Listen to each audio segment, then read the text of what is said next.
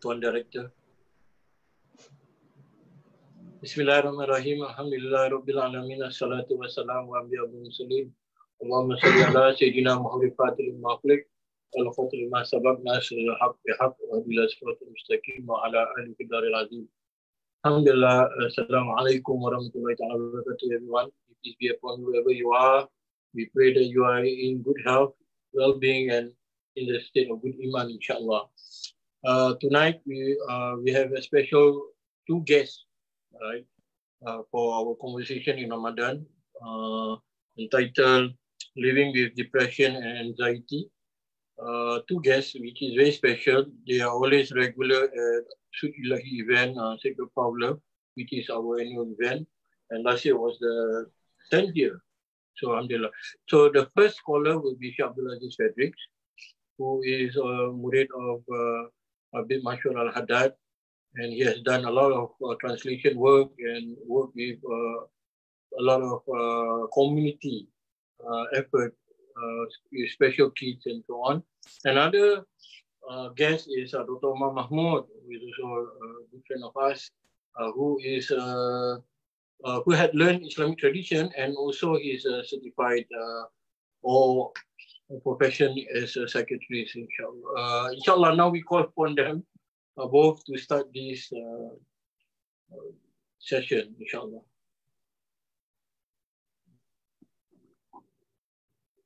Assalamualaikum. Wa alaikum assalam wa rahmatullahi wa barakatuh. Wa alaikum salam, Shaykh. How are you, and how's Dr. Omar?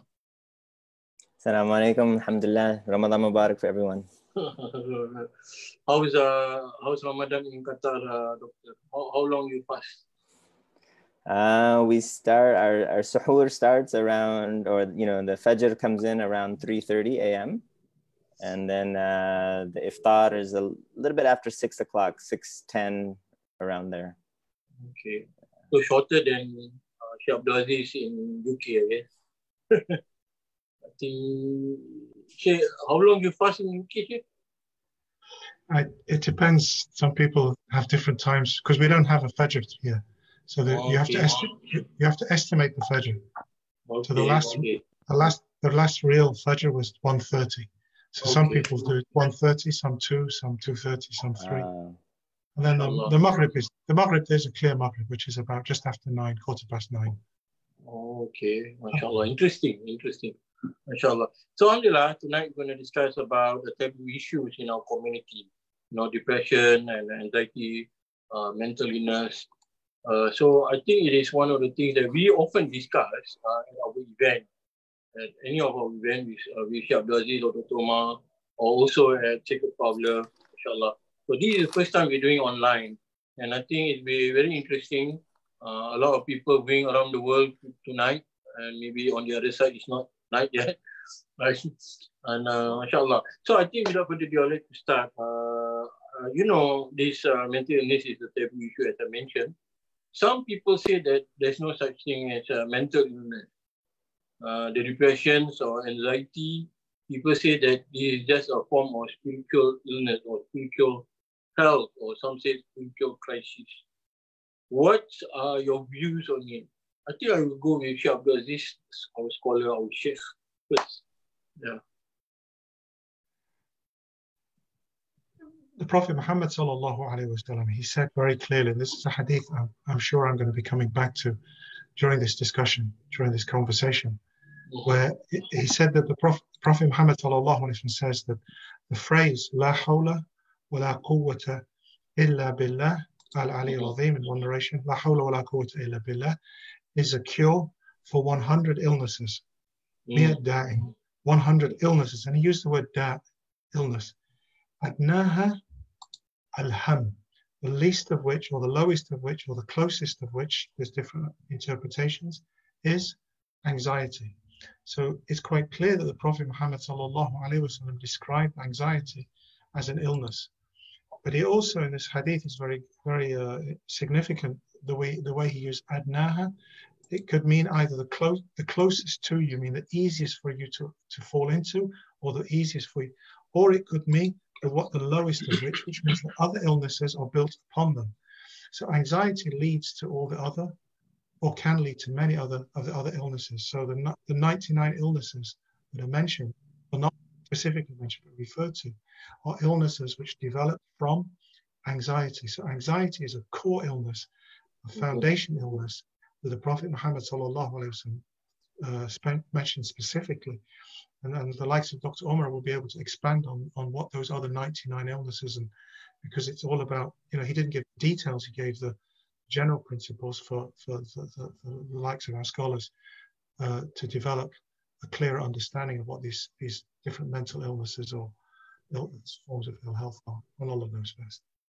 Inshallah. Dr. Omar, would you like to continue where Shaykh Abdul stopped? And you mentioned your name, so inshallah, as a psychologist, how you define it in between spiritual and mental. Yeah. Bismillah ar-Rahman ar-Rahim, wa sallallahu ala Sayyidina Muhammadin wa ala ali Sayyidina Muhammad. As Shaykh Abdul Aziz mentioned, the Prophet ﷺ, I believe, acknowledged anxiety and depression and a number of mental illnesses as struggles. These are actual struggles that take place in most humans, and we have, as Abdul Aziz mentioned, I'm hearing like a feedback. I don't know. Yeah, sorry. Yeah, sorry. Oh, sorry. So the anxiety and depression are probably the most common, even in clinical psychological practice. When we treat patients, the most common things that people present with are anxiety or depression. And of course, there's a famous dua of the Prophet ﷺ, Allahumma inni a'udhu bika min al-hammi wal-hazan. It's a dua in which the Prophet ﷺ lists a number of things that he's seeking refuge in Allah from. But the first two things he mentions are hem and hazan. Hem being a worry or an anxiety about things in your future, and hazan being a sadness or a type of depression about things in your past. And I think that just highlights, if the Prophet ﷺ mentions that as the first thing of a list of tribulations that we would seek refuge in Allah from, then it's part of the human condition. It's acknowledged that all humans will have at some point in their life struggles with anxiety and depression. And the degree to that will vary from individual to individual. And some people, if they are spiritually equipped, are better able to handle such situations because of the coping mechanisms that spiritual practice empowers you with. But there could be a number of factors that cause someone to struggle with anxiety or depression. Could be genetics, could be the situation they're in, could be past trauma, a number of things. Yeah, so doctor, can you explain, I stay with you, right, with this. Can you explain the difference between depression and anxiety? Yeah, so they're very common, and sometimes depression and anxiety coexist at the same time. Wow. But in the most purest sense, like anxiety is a worry.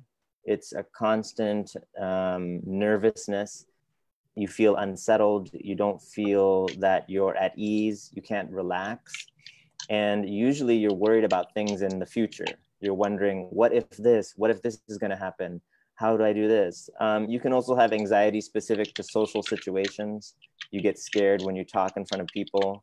You're worried about other people's judgment over you, the way they look at you, the opinions of other people weigh heavy on you. So it's a much more heightened and activated type of illness. Whereas depression is usually thought of as a much more energy draining, low motivation, inactive kind of state in a human, where they just don't feel the energy to get up in the morning. They don't feel the motivation to go and pursue their goals. So they feel very sad. There's a lot of tearfulness, sadness, lack of sleep, lack of appetite. You just don't really want to engage at all. And it's mostly due to this kind of low energy state where you just feel very sad. And then, like I said, both of those can happen at the same time, but usually in an individual, one is more predominant than the other. How, Shaykh, do you have anything to add from your experience? Alhamdulillah, I think Sheikh Dr. Omar has described it too very beautifully and very close to the way that the Prophet Muhammad sallallahu alaihi wasallam, the Arab scholars of the time, understood these two principles. That, for example, in the kind of work that I do with young children, anxiety is what you can see the state that a child is going through, and as that anxiety heightens, then their behavior starts to go in a particular direction. And trying to understand anxiety is really, really important in being able to understand how to relate to people. And so, as Dr. Omar had said, it's this heightened state, which is often a more temporary, or it fluctuates much more, whereas the depression is something which is huzn, is something which is something as sadness, underlying sadness, which is something different described in the hadith. Huzn is one, and ham is something else. Yeah, interesting how both you give the perspective in details, and people are beginning to see the difference in it and how it goes about. But now comes to the, I think, the popular question that everybody is looking for. I think I stick with Shaykh first on this. How do we know that if someone is in gene disturbance or is it mental illness? I think I'd like to quote my teacher and mentor, Dr. Mustafa Badawi. I put this question to him, and he has been working in the field of psychiatry for 40 years, dealing every day with people coming in through the door. And for 35 plus years, that has been in Saudi Arabia, an Arab country. Mm-hmm. And almost everybody comes through the door just thinking it's a jinn. And in his experience, he's only ever suspected jinn once in 40 years of dealing with people day out. And he said suspected. I mean, he later went on to clarify that his suspicion was strong. But that's the kind of percentage we're talking about from his clinical experience of day to day. And that relates to how the likes of Ibn Sina, Abu Zayd al-Balkhi, they all, Al-Kindi, not Ibn Sina, Al-Kindi wrote this, that it's exceptionally rare that the jinn or other supernatural influences are the cause of these kind of behaviors or these kind of states. So the starting point should be that it's rare. Whereas unfortunately at the moment, this seems to be the default position. Almost everybody that comes to me says so-and-so is possessed with a jinn. And they use this idea of the jinn as an excuse for avoiding the reality that people are getting ill. And it's a really dangerous position to be in. So first thing you have to remember is the default position is that it's not the jinn. And that's what we should start with. And it's very, very rare. How to do this would be really the scholars like Dr. Omar and Dr. Mustafa. These are the people that can answer the details. But I start from the starting point that it's almost certainly not. And therefore I'll look, what are the causes? What's going on in this person's life? And start to look at the more realistic reasons. And if I can just maybe give an example. Yeah, sure. I remember being called some years ago when I was quite young, and I was studying with a Shaykh in London, an Azhari Shaykh, and I was very close with him, so close that he didn't even used to change. If he had any issue in the house, like a light bulb, he'd call me, I need you to change a light bulb. So alhamdulillah, I was very blessed to be able to serve him in many ways. And he couldn't drive, so often I used to just drive him different places. And one day he was called out to deal with some jinn. So I went out, and alhamdulillah, I learned a great deal. He dealt very kindly with the people, read Quran, and as a Shaykh would do. Then he did it second time and the third time. I was getting a bit, why am I always driving to this place? It's like a really dirty, old, really run down part of Holston in northwest London. It was an awful place in those days. So eventually I kind of got a bit kind of fed up with it. I just spoke to the guy. So who is it that got the gin? He says, it's both my wives. He says, where are your wives? He says, one lives in that room and one lives in that room. And I thought, this ain't the gin. You're living in a 2-bedroom flat. You've got 2 wives. If anything's going to be called the gin, it's you, man. You know, he's the cause of their difficulties. You can't just put two women into a tiny little flat and expect them to have good mental health. So when I spoke to Sheikh Mahmoud, and he just says, you're probably right. So from that experience and other experience, I would start from the position, what's going on here? And I would assume that it's not the jinn, but there's a reason why something is, why this and in the end, usually you can sometimes see that some things can be helped, through counseling, through giving some guidance. Then other times you can see, well, this is likely to be depression. It needs to go to somebody like Dr. Omar, and then you guide them towards the medical professionals. But do you think, Shaykh, that it's common in our society, globally Muslim, that they couldn't accept things that happen, and they just say, oh, it's a jinn thing. Like someone recounted maybe special child, for example, and he will say, oh, this is the work of this guy, Seheri, that guy did this to me, or the jinn came because my wife was walking in the garden in Maghrib time and all that. So you think that is also one of the factors that we Muslims are so used to, okay, it's the jinn, because we do not want to face the truth. It's part of the culture. Unfortunately, it's the wrong culture, because this is not the culture of Islam. This is a culture of escape, of excuses. So we're all under a lot of difficulties. We're under a lot of pressure. And I can use my own personal example. Is that when Sarah became very, very ill, there were people that were just saying, this is the jinn. That didn't really make any difference to me or to her. She was fighting for a life in intensive care. What we realized from that is Allah subhanahu wa ta'ala is behind this, and it's his choice. So focusing on some kind of excuse, even if it was the jinn is the means by which Allah subhanahu wa ta'ala, or the illness is the means by which Allah does things.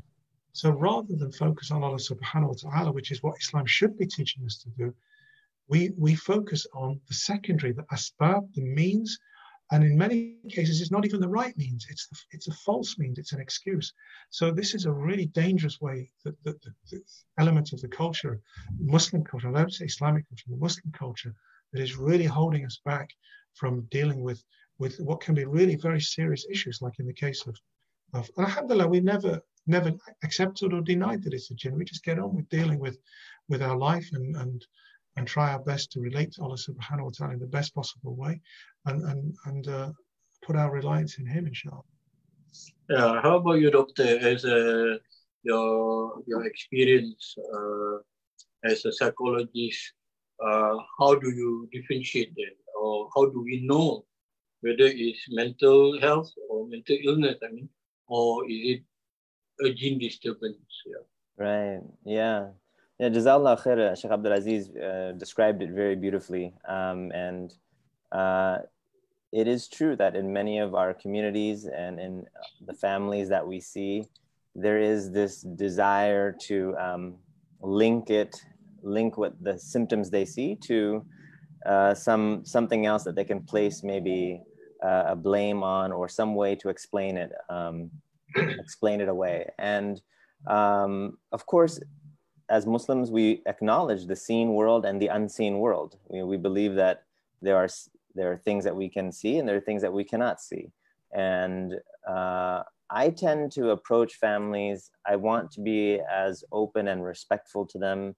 It helps that we're, if I'm treating a Muslim family or a Muslim child, that we're both Muslim, so there's a level of understanding in shared faith, shared belief that already establishes a good foundation. And then I usually encourage families to pursue the means by which they would try and treat this. And you can take multiple paths. So families will always, ask, is it all right? Can we ask the Shaykh to read upon the child, to do some ta'weed or do some Quran prescription reading? And I would always say, of course, it's always good to have recitation, to help in the treatment. Why don't we do a joint treatment together? We'll take the spiritual side, and we'll also use some strategies from mental health intervention. Because as Shaykh Aziz mentioned, in the end, it's kind of like the particular means is not really as important as it is that we face it. We do our best to cope and deal with it. And in the end, we acknowledge that this is the will of Allah, and that we will do what we can to get to that particular goal. But in the end, the healing will come from Allah. So I think many of our families, when you take it from that approach, they're a little bit more open to that, a little bit more accepting of that, that we're not denying the unseen world. We're not, and as Muslims, we believe in that 100%. All we're saying is let's work on this from a multifaceted approach. And that's a holistic approach is always best. By the way, it's not just what you do in the mental health clinic. It's also what's your diet like, what's your daily schedule like, how are you organizing your time, your salawat and your adhkar and your awrad and these kind of things. How are you treating people? What are you doing with your money? All of this, there's a holistic way in which you try to live. And so I think the more factors that we keep in mind, and that it's not so much which one in particular is the cause. Let's try to just be as healthy as we can. Yeah, inshallah, that's very beautiful, Doctor, in explaining it. Interesting. But when we talk about depression and anxiety, right? You mentioning just now what triggered it, what made it happen. It could be trauma. It can be something that someone experienced, painful experience. Is there, like we call it, can depression or anxiety hit someone without any cause?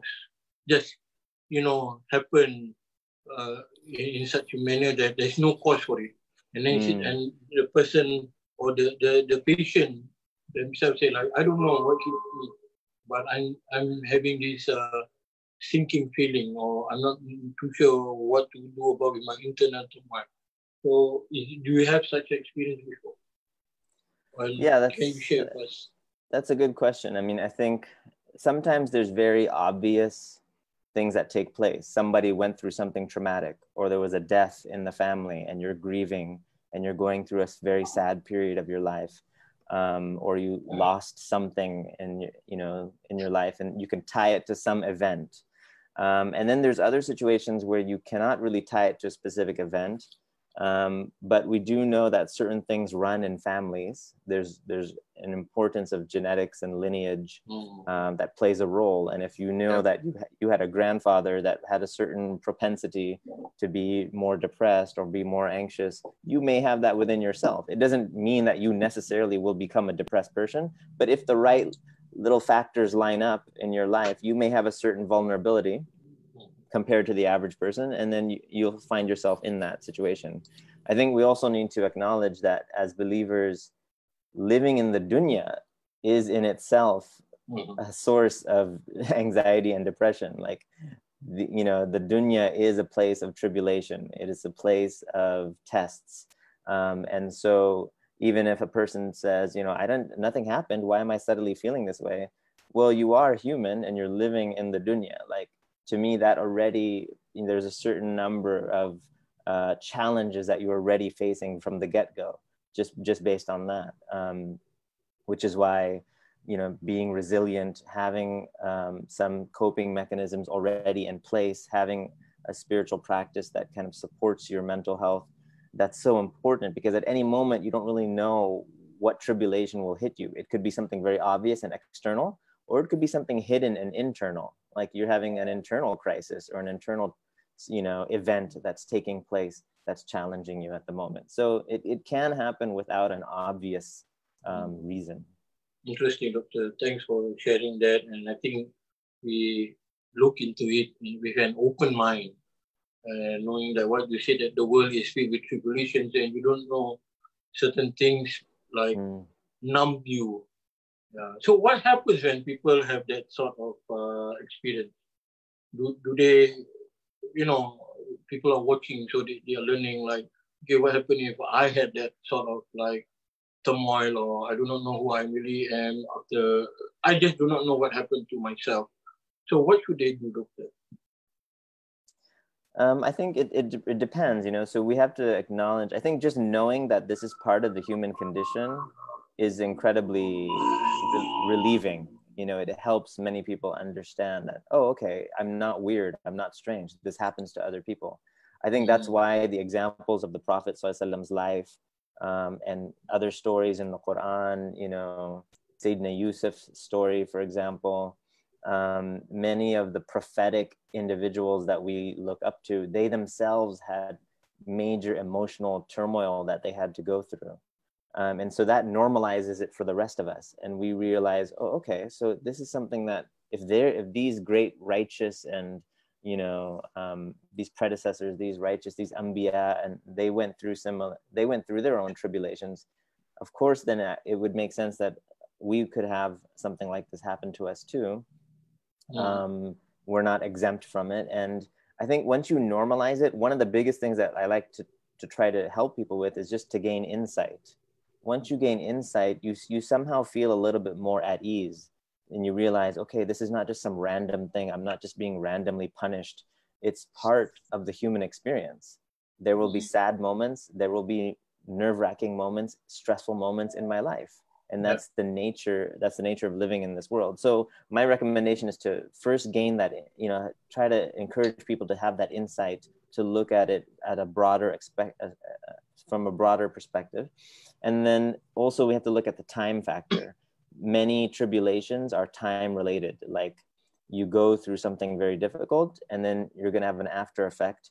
And after some time you will heal and you'll get back from that. But it's just in the moment, it feels really intense. But most people, if you have some social support, you have a community, you have your own kind of spiritual practice that you can turn inwardly towards, you will recover with time. If you find that it's going longer than 3, 4 months, 5, 6 months, then you might want to think about, looking for professional help. Is this something deeper than just an adjustment period in my life of stress, but an actual clinical illness? Yeah. Thank you, doctor. MashaAllah. Shaykh Abdul Aziz, there's also some issues that I think commonly Muslims like us face when we are facing such situation, whereby when people say that they have depression or anxiety, they are always related to you're not praying and you do not have iman. And I myself heard from some of those who are undergoing this depression and anxiety saying that it's coming from their own counselor, their Muslim counselor, who's saying that, oh, you do not pray, oh, and this one the reason why you melt down, this one the reason you break down. So you have to pray, you have to do this, you have to do that. And, like you are not connecting to God. So how do you see it, Shaykh?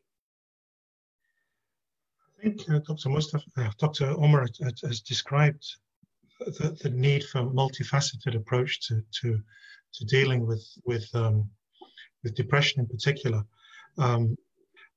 because there are many potential factors that could have influenced the state that the person is in, and therefore you need to try and tease out what is going to help that person. And prayer, salah, is one of the means by which people can lift themselves out of difficult situations.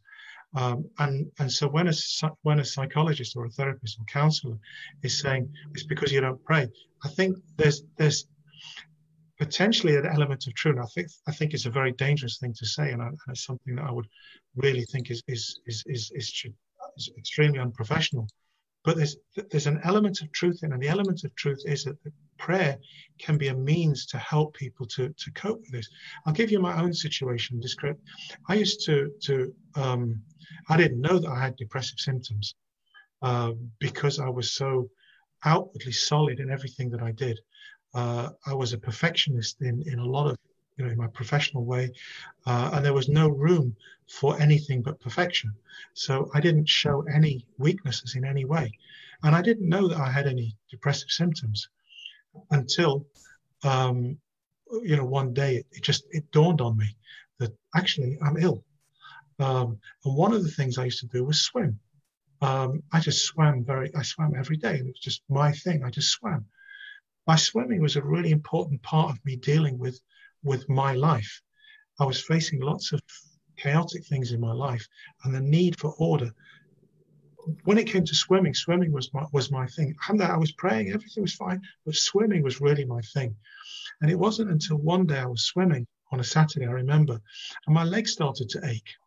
I thought, I'm really getting unfit because I swim every day. My legs never ache. And then I realized I'd been swimming for 4 hours solid.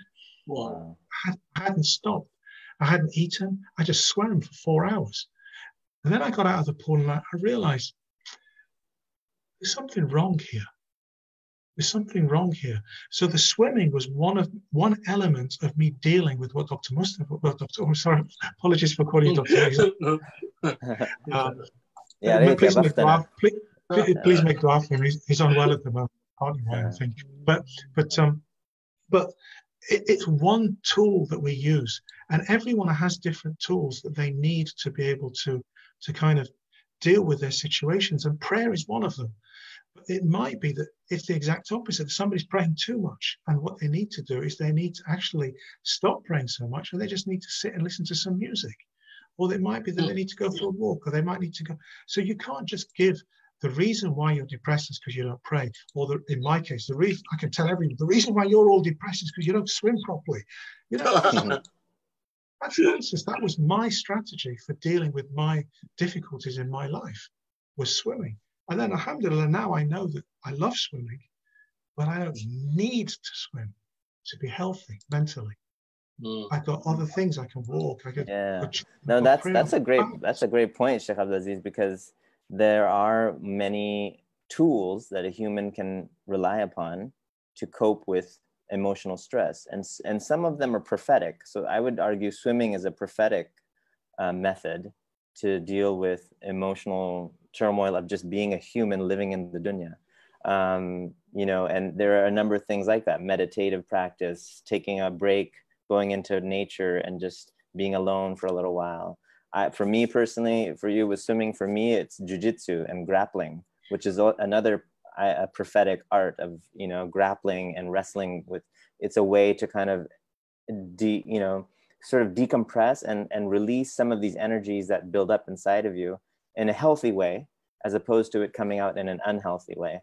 And then, of course, prayer and dhikr, recitation of Quran. The Muslim is uniquely empowered because we have multiple tools that we learn from the prophetic examples.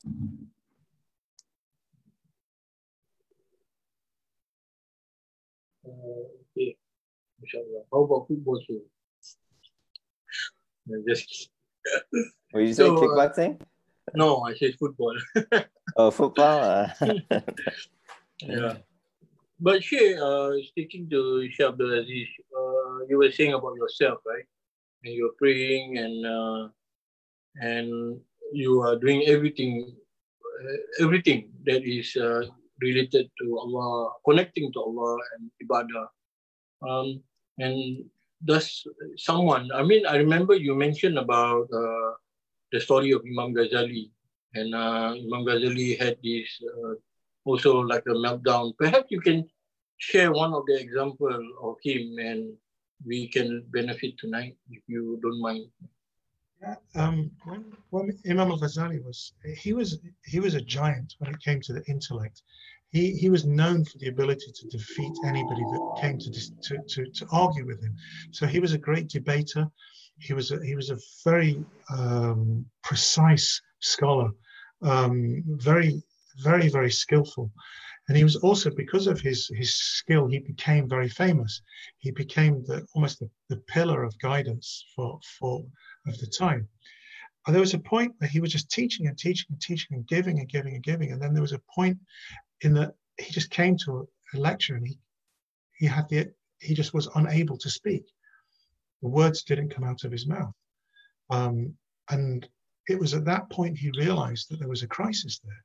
And he describes this, and it's not normal for scholars to write autobiographies. It's just not the done thing. It's not what scholars do. But he wrote a description. He was one of the few people that scholars that wrote an autobiography. And he did it, I think, my understanding is that he did it so that we could understand the journey that he went through. And he went through this, what appears to be a crisis. And I remember Dr. Abdul telling this story, and he says, and nowadays, and you have to just imagine Dr. Hakim, Timothy Winters, he's very dry when he speaks, and he's got this really dry sense of humor. He's giving this lecture, and he says, and most psychologists who saw somebody do this would have prescribed him Prozac, and then he just continued with his speech. And of course, I was rolling on the floor with laughter. Nobody else got that he was. But what he was saying was that we would have understood this as a mental breakdown, as a crisis. And I don't like to use that word because it's poor manners to use. But what it means is that everybody, even the greatest of scholars, has these, as Dr. Omar had said, these tribulations, these tests. Everybody faces these tests. Even the greatest of those people who are deep in prayer, deep in intellectual, deep in calling people. They go through this crisis, and it's not always a bad thing. Dr. Omar had used in his introduction, he mentioned this very important hadith about huzn. He said, Allah bika min al-hammi wal-huzn. Oh Allah, I seek refuge in you from anxiety. I would have used depression or sadness for huzn here. But also there's a verse, there's a dua, statement of the Prophet sallallahu alaihi wasallam says, "Iqra al-Qur'an bil-huzn." Read the Quran with huzn, with sadness. So it implies that sadness isn't necessarily always a bad thing. And in some ways, the concept of depression, I don't know, in England, in Britain, they were all celebrating what we call VE Day, the victory of the British over the Nazis, or the Europe allies over the Nazis. There's British flags all over, pictures of William Churchill. Now, William Churchill was a man that, I don't know if he coined the phrase, but he used the phrase because he suffered from depression very badly. And he used to describe it as the big black dog that I carry around with me. And this idea of a black dog, depression being described as a black dog, the black dog can overpower you, can really, but at the same time, there's a very beautiful book called The Black Dog, which shows how people can control this depression and actually learn to live with it, and in some ways live happy, content, complete lives with huzn, with this sadness, to the extent that you can read your Quran with huzn, and the huzn then drives you towards goodness, towards a good, to get a real close connection to Allah. It helps you to understand this world and know there's a better world. So it's a matter of trying to understand and drive this to the positive, inshallah. That's what I understand. Inshallah. Thank you, Shaykh, for sharing that profound story. And I think we should look at it as an example that everyone has a different journey and different experience. Absolutely. Yeah. But Shaykh, you know that some people, when they undergo through anxiety or depression, when they I remember you mentioned like a quicksand, it pulls you down and down and down. And some of these folks, right, they have this tendency, suicidal tendency, for example.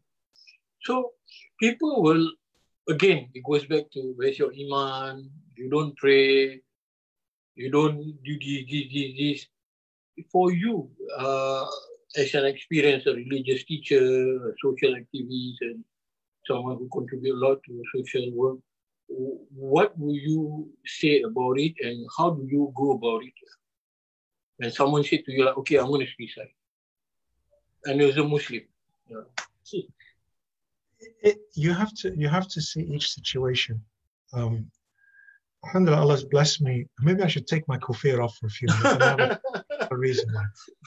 And the reason why I'm saying this is this: I'm not talking from my own personal experience, and I'm not pretending that this is what Islam tells us.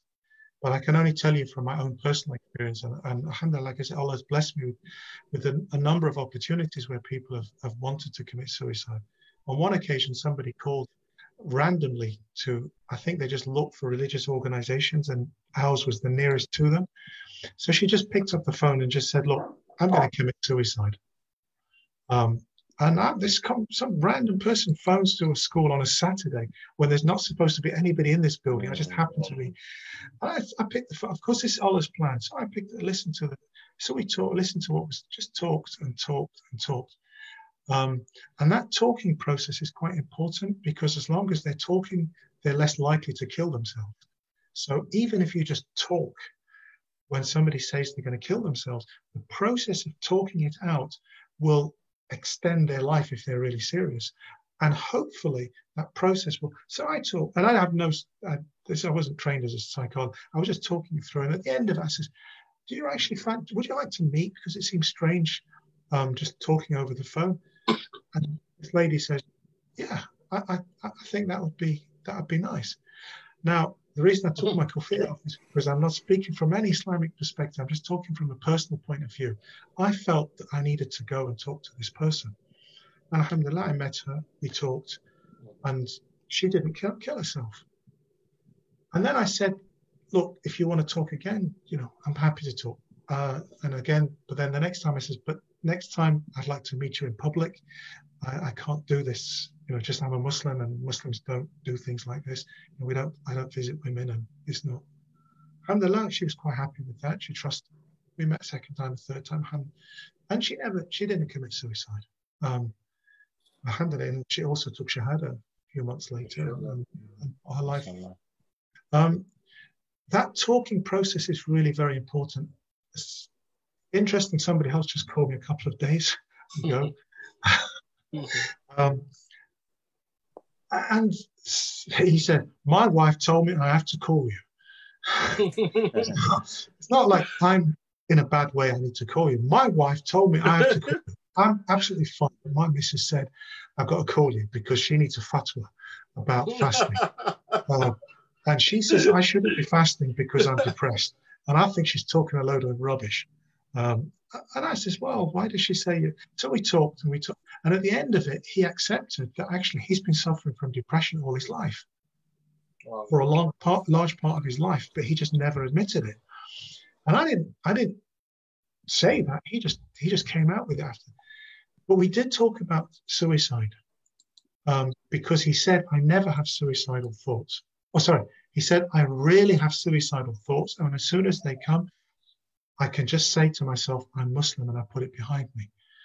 Now, sometimes you need to differentiate between when somebody's really likely to do something. And in his case, I did tell him he's got to go to his doctor, because the fact that he's having these thoughts means that this is not my field. Now, I can talk, I can talk people out of situations, I can talk and help people. But in the end, if somebody's having suicidal thoughts, they need professional help. Because this is one thing which Dr. Omar has mentioned about, if it goes on for a long period, go to get professional help.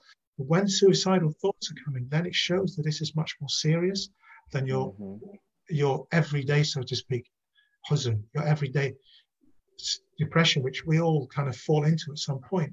When it's suicidal, this is something where you need professional help.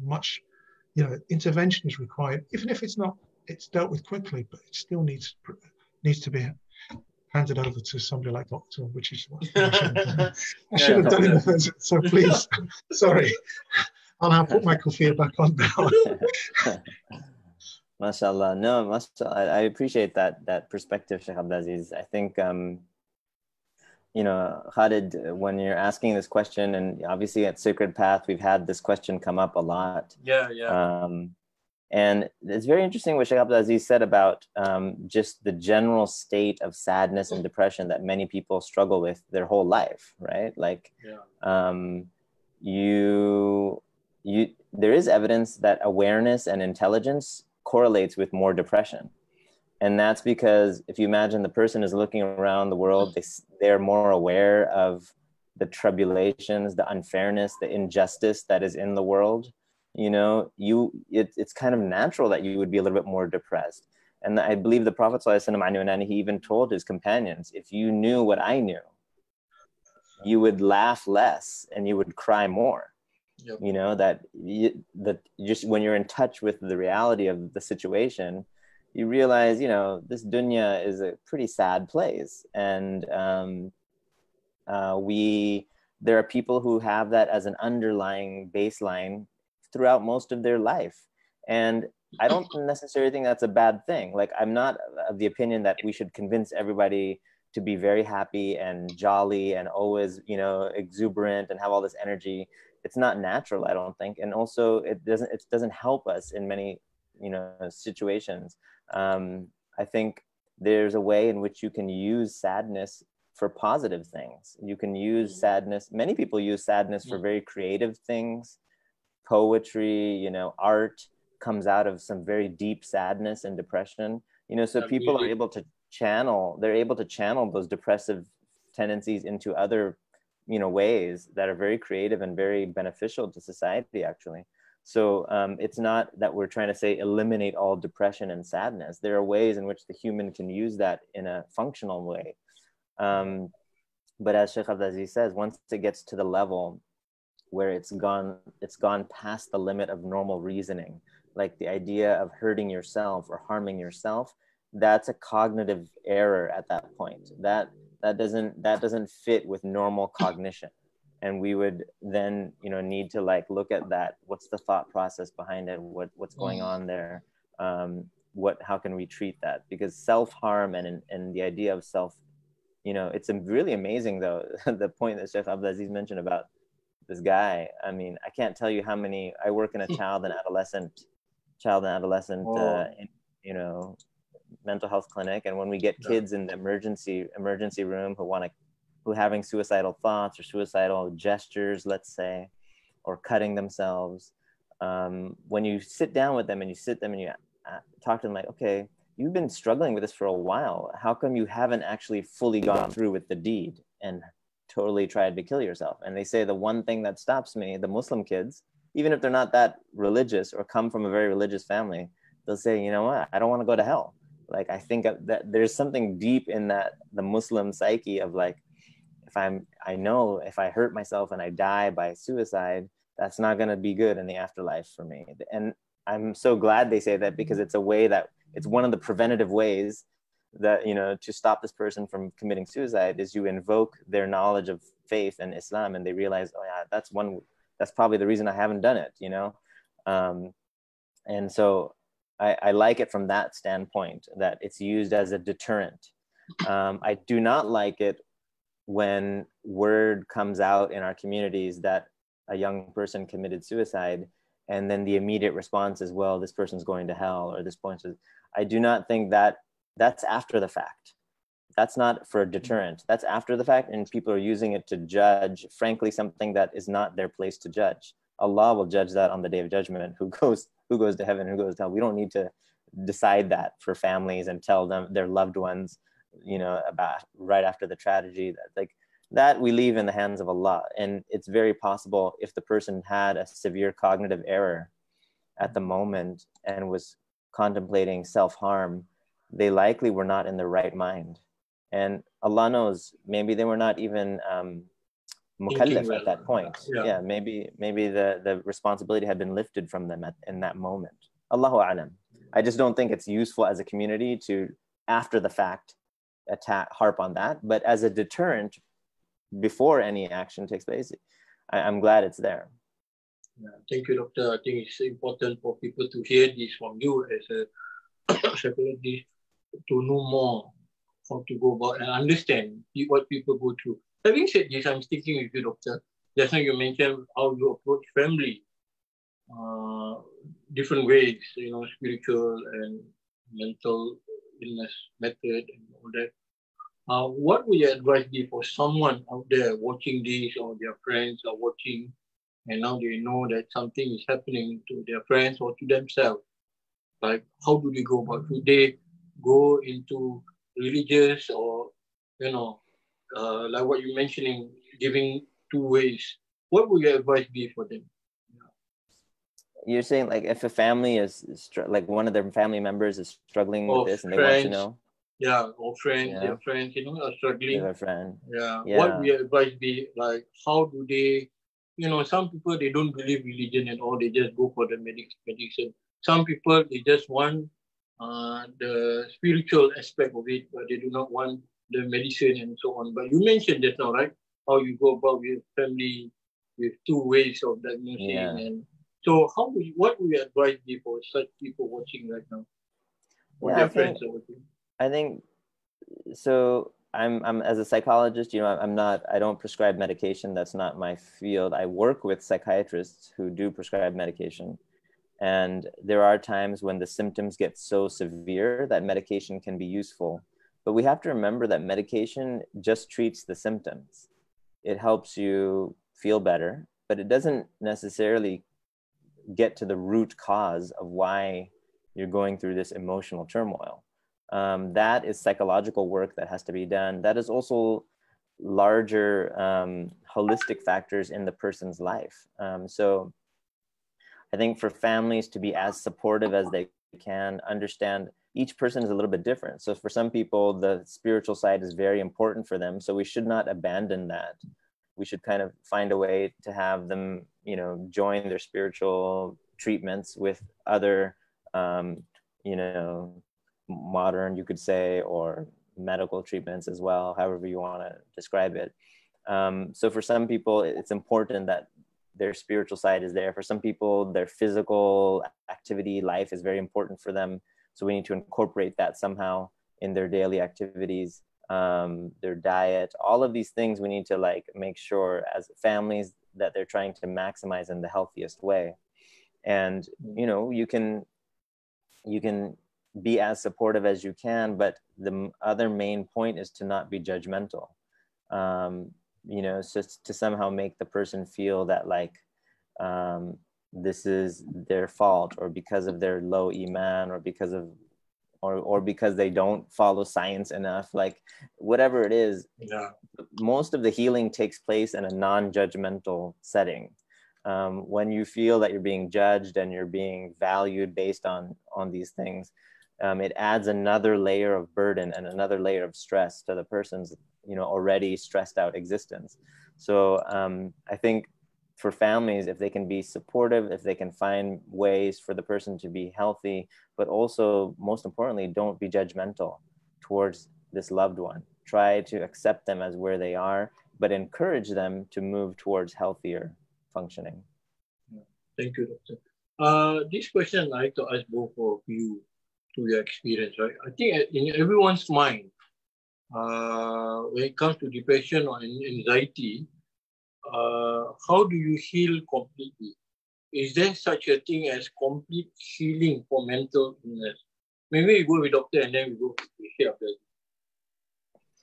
Complete healing from mental illness? I'm Yes. trying to think. I mean, I don't know. That's like complete. I mean, that would be like, for cure, yeah, I mean, I feel like that would be like saying, am I never going to feel any pain in my body ever in my life? Pain in your body is part of being alive, depending on what you do, what happens, what you eat, how you move.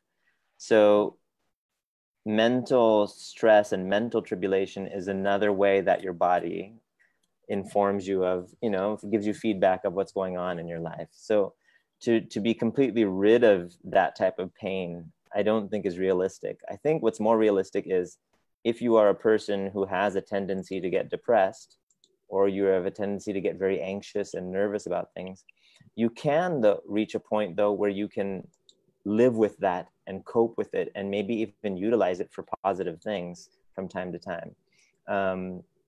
So complete elimination, I don't know if that's never really the goal when we're trying to treat someone. We're really just trying to get them to a point where they can function and cope better with what they have.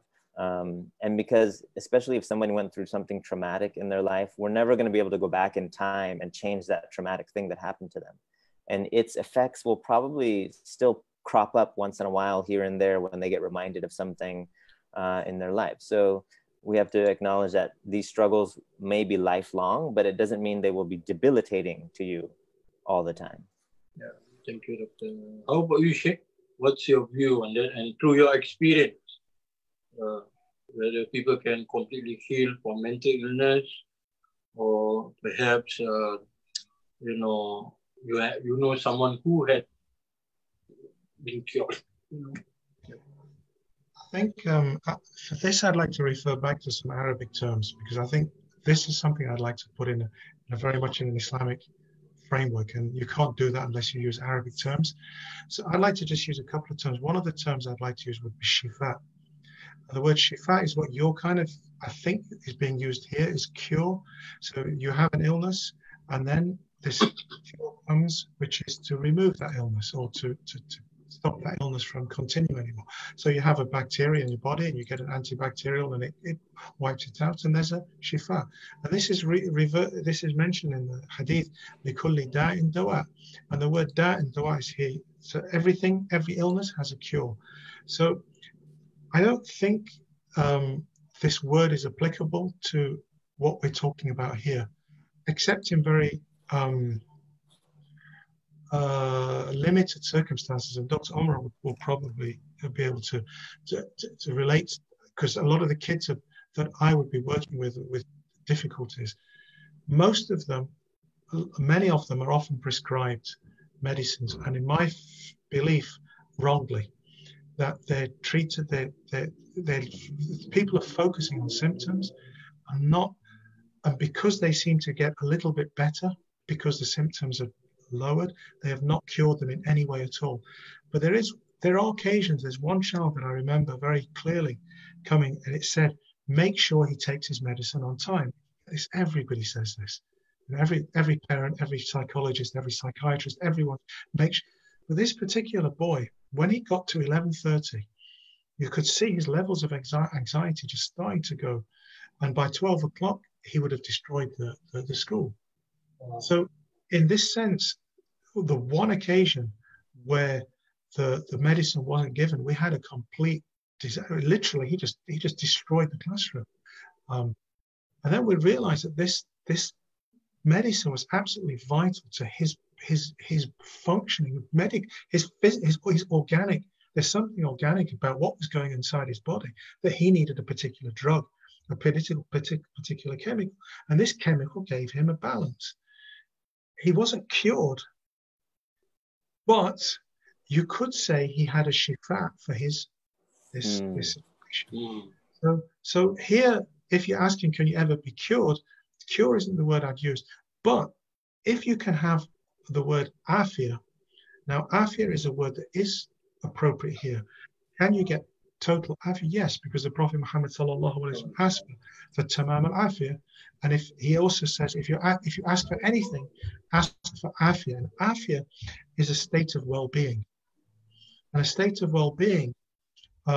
You want to give me an example? I'll give you a very good example. It's my own wife, Sarah. And as you know, Sarah's been, I often talk about, she was fighting for her life when she came out of intensive care.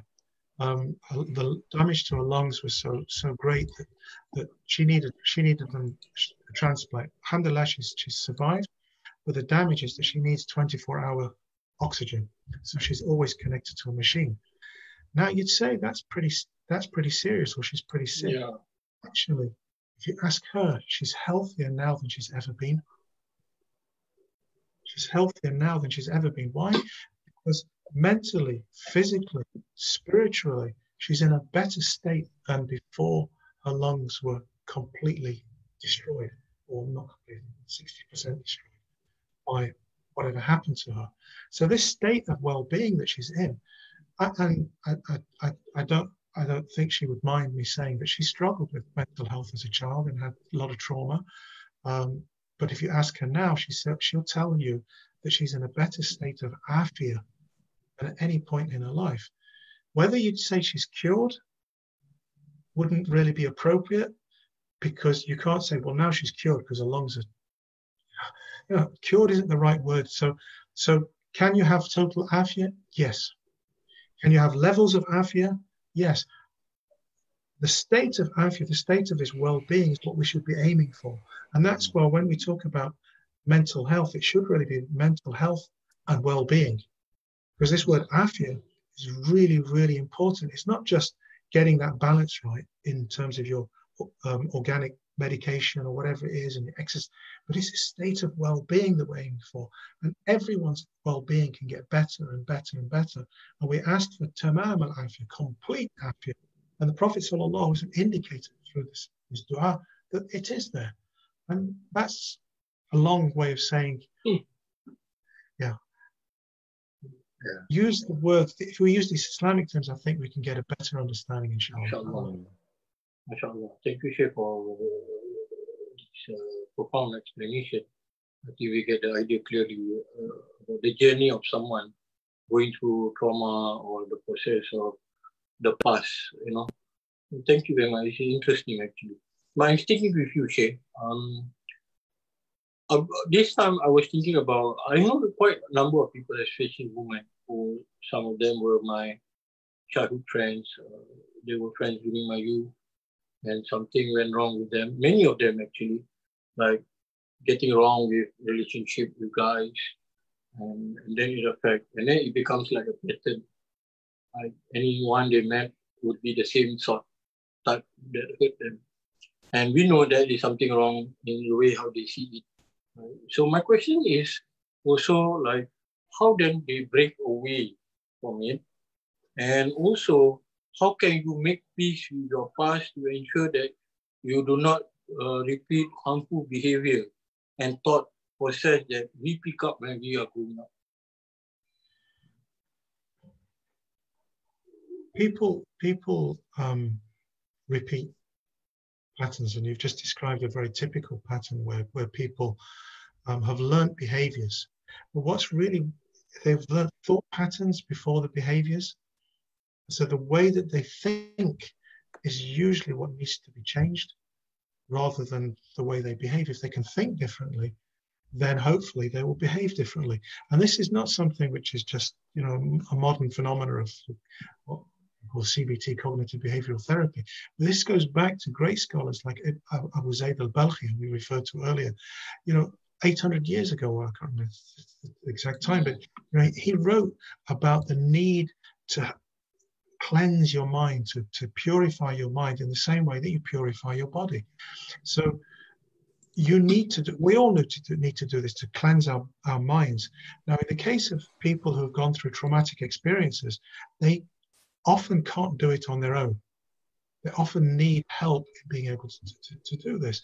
And that's where Dr. Omar was talking, and he used the word therapy and treat interventions. But really what we're doing is helping people to heal from difficulties. And the kind of work that we do on sort of the day-to-day work in the schools where children are suffering are all therapeutic things. They're ways of helping children, young people, to heal from what they've gone through.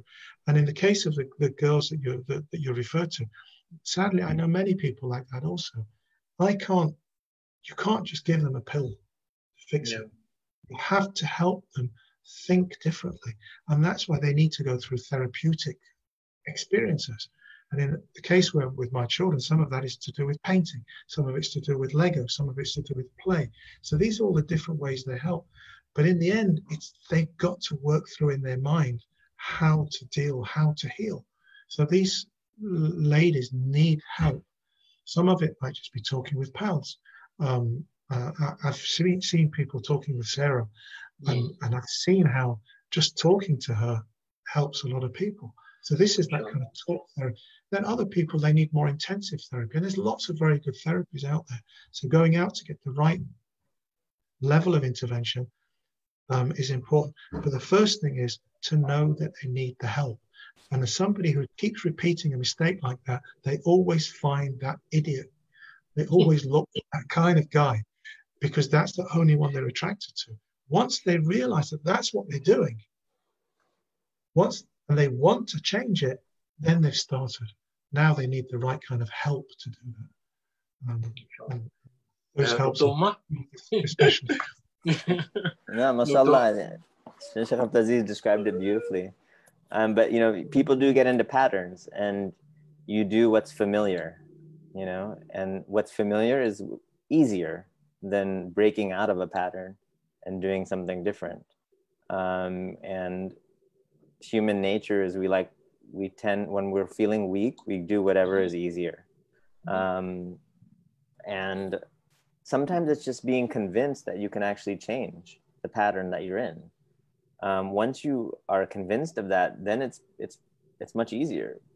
Most of the time we're struggling with, as Shaykh Aziz mentioned, a thought process where the person is already defeating themselves in their thinking, and saying like, look, I can't deal with this, you know, I have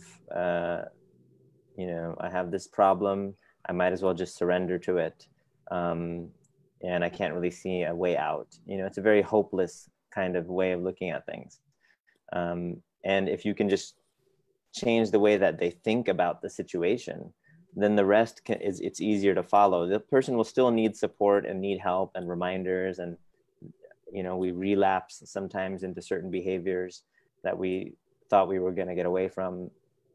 And then you have to be merciful to that person, and the person needs to be merciful to themselves and realize that, like, you know, okay, I made a mistake, but I can continue to like try. A lot of times people also get really harsh on themselves, I've noticed, and that's another way to get locked in these types of negative patterns. Thank you, Doctor. Talking about pattern, right? In certain situations, certain individuals or certain people, I would say, on this issue, a lot of times we develop resentment, and often towards our own family, because we cannot let it go, or we cannot change, we cannot find a way out to go about. But at the same time, we also learn that we need to be respectful to our parents also. How can people deal with conflicting emotions? Sometimes this is at the root of our anger, our resentment, that we don't see anything except the fact that we are the victims, or there's no injustice, like we mentioned before, of the world and all that. But this you know, you're looking at it. So how do these people go about that through your experience? You know, for me, I think it's a very strange balance, because when someone is feeling very emotionally distraught and they feel that maybe no one else really understands me, my family doesn't even help me that much. In fact, my family seems to be doing the opposite, and all of their interventions are actually hurting me more, making me even more upset.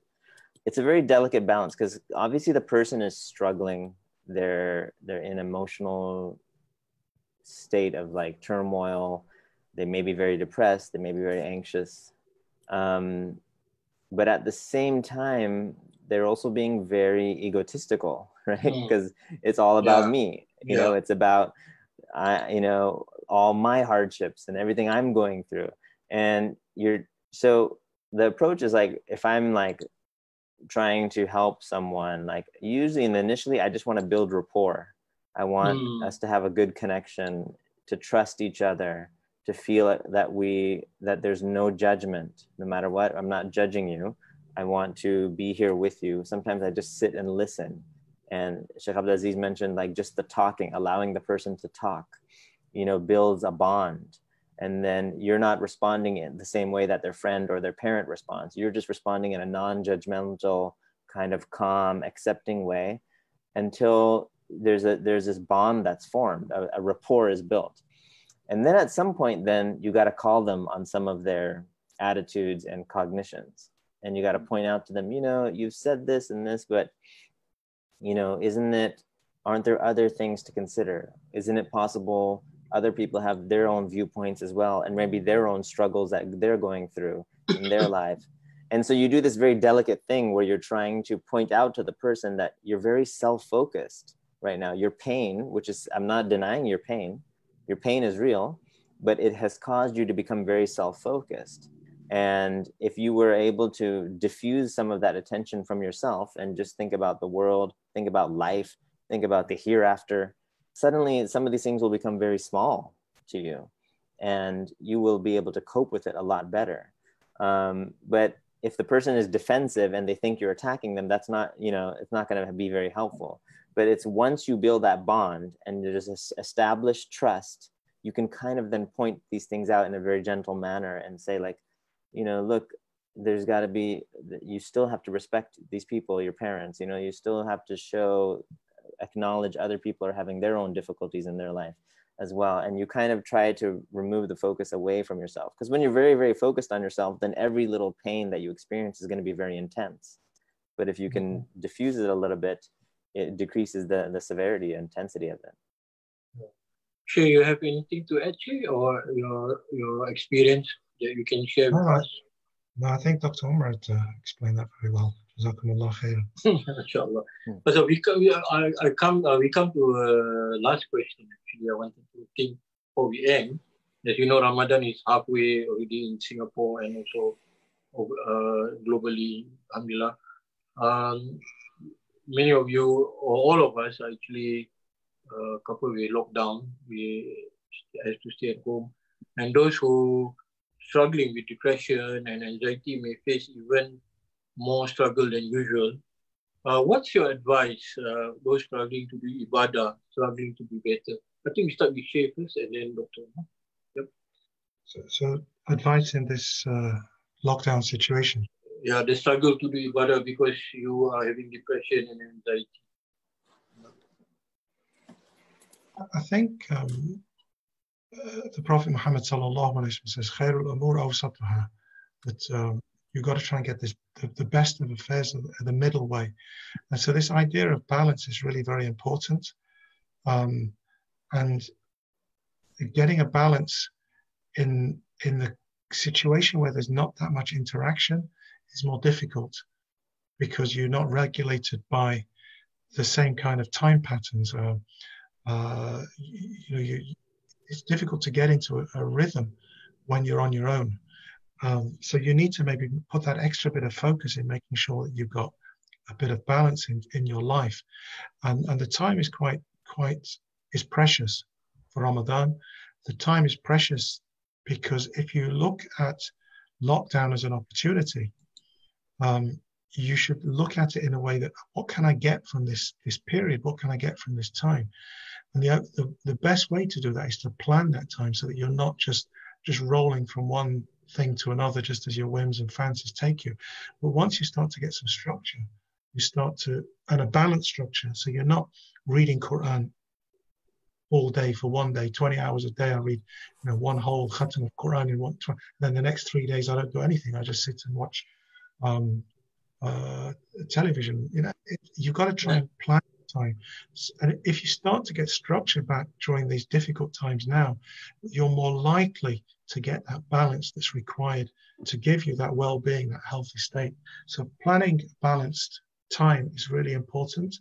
For my homeschooling with Idris, he has a time where he knows this is what he has a core in the room, which I put a prayer mat down, and I said, now it's time for the Zawiyah.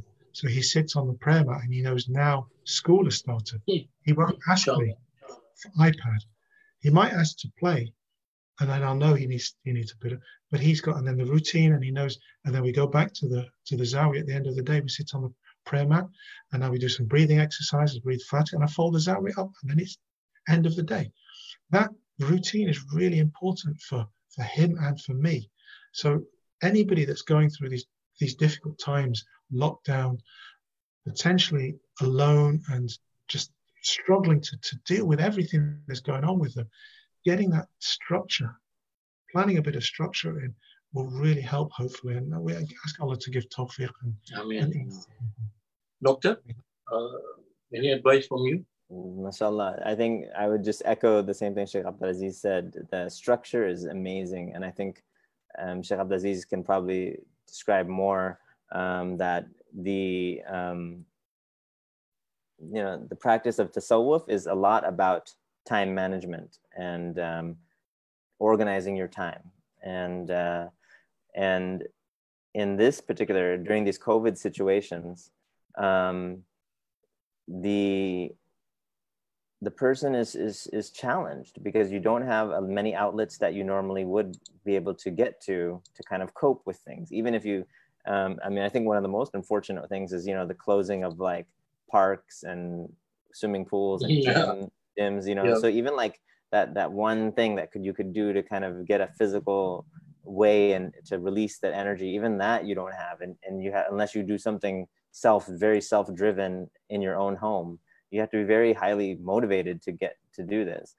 But I think starting small and regular is always the best. You know, something small and regular that you can implement a few times a week for some type of self-care, some type of physical practice, some type of social reaching out to people through social media or something. All of these in their appropriate doses, never overloading on one particular one of these. Because if you overload, as Shaykh Aziz mentioned, then you end up dedicating all this time and energy to one thing. It lasts for a day or two, and then it fizzles off, and then you don't get back to it for a week or so or more. So you need some regularity and touching on all these different bases: your spiritual practice, your physical health, your social interactions, and your own intellectual stimulation, being able to pursue things and try to find ways to make the best of this situation. But acknowledging also and being merciful to yourself and your family that this is a hard time for everyone. And it's really strange. I was just counseling a family who, unfortunately, they lost a child. The child passed away and they were grieving.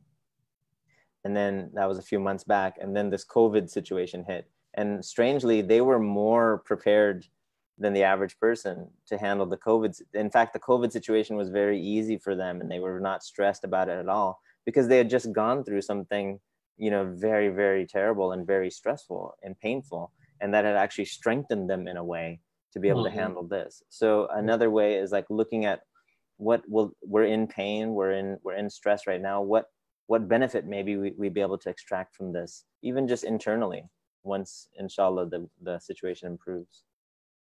Thank you, Doctor, for the advice. Alhamdulillah, we come to end to this forum session, I would call it. It's actually from part of Sri Ilahi program called Conversation in Ramadan. So we'd like to thank Dr. Omar Mahmood and Shaykh Abdul Aziz for being our guests and always our scholars, special scholars at Sri Ilahi. May Allah preserve both of you. I know Dr. Omar is about to break his fast in Qatar. So we leave you out now. I think you are getting closer. See you again, Doctor, inshallah. And Jazakallah khair. Shaykh Aziz, before we end, can you make a closing dua? اللهم نسألك العفو والعافية اللهم نسألك العفو والعافية والمعافاة الدائمة في الدين والدنيا والآخرة. اللهم إنا نعوذ بك من الحزن والحزن ونعوذ بك من العجز والكسل ونعوذ بك من الجبن والبخل ونعوذ بك من غلبة الدين وقهر الرجال. اللهم إنك عفو تحب العفو فاعف عنا. اللهم إنك عفو تحب العفو فاعف عنا. اللهم إنك عفو كريم تحب العفو فاعف عنا. ربنا تقبل منا إنك أنت السميع العليم وتب علينا إنك أنت التواب الرحيم. ربنا آتنا في الدنيا حسنة وفي الآخرة حسنة وقنا عذاب النار. وصلى الله على سيدنا محمد وعلى آله وصحبه وسلم. اللهم افتح لنا بالخير واختم لنا بالخير واجعل عواقب أمورنا بالخير بيدك الخير. إنك على كل شيء قدير. دعواهم فيها سبحانك اللهم وتحياتهم فيها السلام وآخر دعواهم أن الحمد لله رب العالمين. MashaAllah, Idris. Thank you, Shaykh. Thank you, Dr. Omar. We see again, inshallah, in the future, inshallah. Assalamu alaikum wa rahmatullahi wa barakatuh. See you all. So, alhamdulillah, we hope that you have benefit from the forum conversation Ramadan session just now with Shaykh Abdul Aziz and Dr. Omar Mahmood. So tomorrow morning we have Sidi Talud on the path to Allah, Shaykh Arabi Sa'id Tijani at 12 p.m. and then followed by Imam Ndaw at 9, the Nuzul Quran, the message of Quran from the secret letters by Shaykh Ibrahim Nes Imam Ndaw 10 p.m. tomorrow. And also do not forget our humanitarian campaign on building the hospital in Senegal. This is the third year we are doing it, phase by phase. So we hope that you can contribute at any amount. Check out the link at our Facebook and our IG, and also our collaboration with free food for all, for the porridge and the meal for the poor in Singapore. You can also check that out, the link in our Facebook and IG, inshallah. With this, we say Assalamualaikum warahmatullahi wabarakatuh. Pray for us, we pray for you. Hope to see you tomorrow, inshallah. May Allah bless all of you and forgive us. Good night.